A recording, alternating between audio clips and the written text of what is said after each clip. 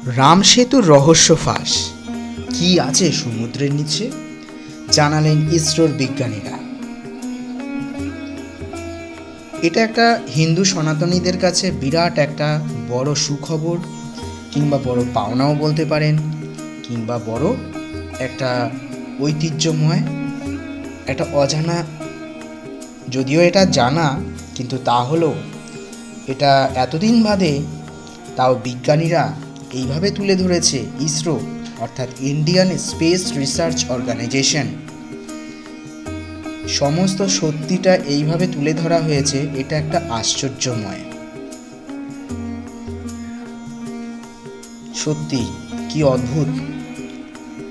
নমস্কার বন্ধুরা, আজকে আপনাদের সামনে এসেছি। এটা একটা আশ্চর্যময় একটা গল্প, যা নিয়ে নেটিজেন কিংবা নেট পাড়ায় ইতিমধ্যে একটা হইচইয়ের মতন বেঁধে গেছে।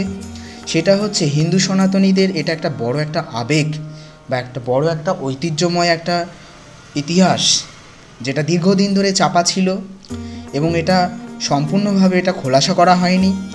ইদানিং এইটা নিয়ে ইসরোর বিজ্ঞানীরা বেশ ভালো রিসার্চ করছে। আজকে আমরা এটার ব্যাপারে কিছু জানব। উপগ্রহ থেকে চিত্র তুলে ধরা হয়েছে এই রাম সেতু, যেটা ভারত মহাসাগরের ভারত থেকে শুরু করে শ্রীলঙ্কা অবধি উপগ্রহ চিত্র থেকে এই পুরো চিত্রটা তুলে ধরা হয়েছে। একটা আশ্চর্যময়, যেটা না দেখলে বা না অনুমান করলে এটা আপনিও শিওরে উঠবেন। কি বলছে ইন্ডিয়ান স্পেস রিসার্চ অর্গানাইজেশন সায়েন্টিস্টরা, আজকে আমরা এটার ব্যাপারে কিছু জানব।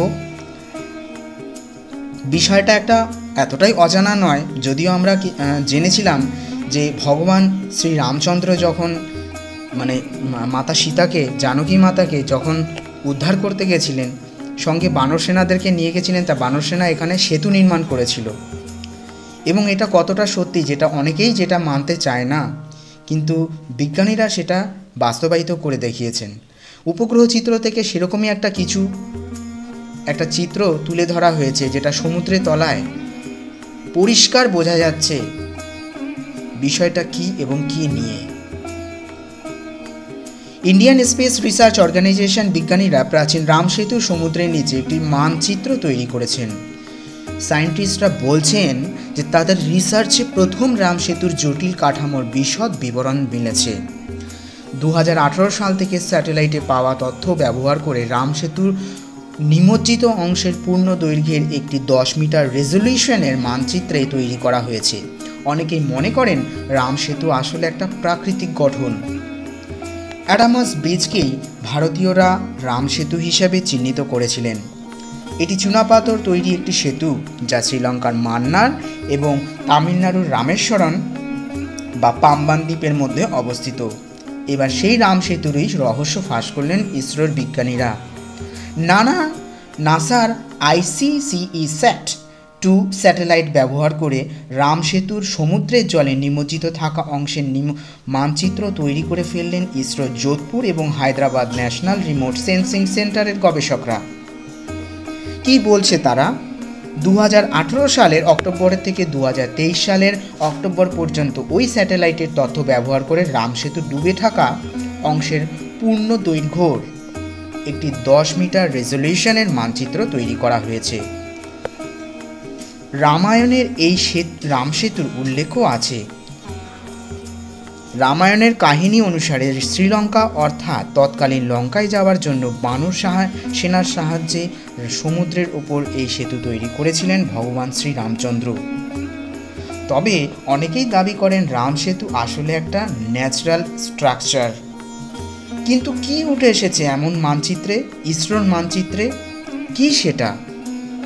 বলছে বিভিন্ন ভূতাত্ত্বিক প্রমাণ থেকে জানা যায় যে এই আন্ডার ওয়াটার অংশটি ভারত ও শ্রীলঙ্কার সঙ্গে যুক্ত একটি স্থল সেতু ছিল।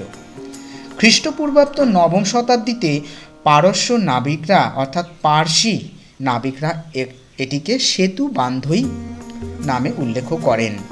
এর অর্থ সমুদ্রের ওপর একটা সেতু। রামেশ্বরমের মন্দিরগুলি নথি থেকে জানা যায় যে সেতু 1480 সাল পর্যন্ত সমুদ্রের ওপর ছিল। পরে এটা ঘূর্ণিঝড়ের একটা ধ্বংস হয়ে গিয়েছিল।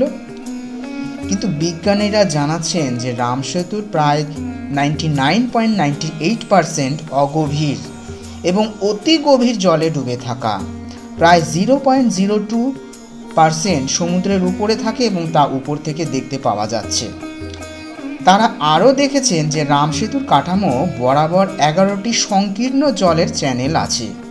এই চ্যানেলগুলি থেকেই মান্নার উপসাগর এবং পক প্রণালীর মধ্যে জল প্রবাহিত হয়ে থাকে।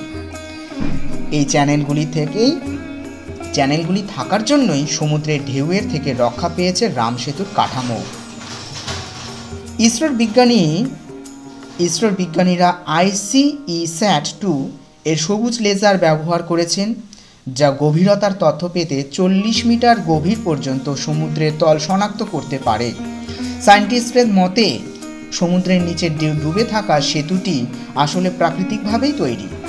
রাম সেতু আসলে ভারতের ধনুষকোটি থেকে শ্রীলঙ্কার তালাইমান্নার দ্বীপ পর্যন্ত সমুদ্রের নিচে স্থলভাগের ধারাবাহিকতা বলে নিশ্চিত করেছেন বিজ্ঞানীরা। সবশেষে ইসরোর সায়েন্টিস্ট আরও জানিয়েছেন যে সায়েন্টিফিক রিপোর্ট অর্থাৎ তাদের রিপোর্ট অনুযায়ী বলা হচ্ছে যে ধনুষকোটি এবং তালাইমান্নার দ্বীপের একটা নিমজ্জিত স্থলভাগের কন্টিনিউশনের রাম সেতু। এটাকে গবেষণা করে বলা হয়েছে যে এই বিষয়ে আমরা নিশ্চিত হয়েছি, এটা মানতে কোনো অস্বীকার নেই, এই সেতুটি অতি গভীর জলের মধ্যে হঠাৎ গভীর খাদের সৃষ্টি হয়েছে।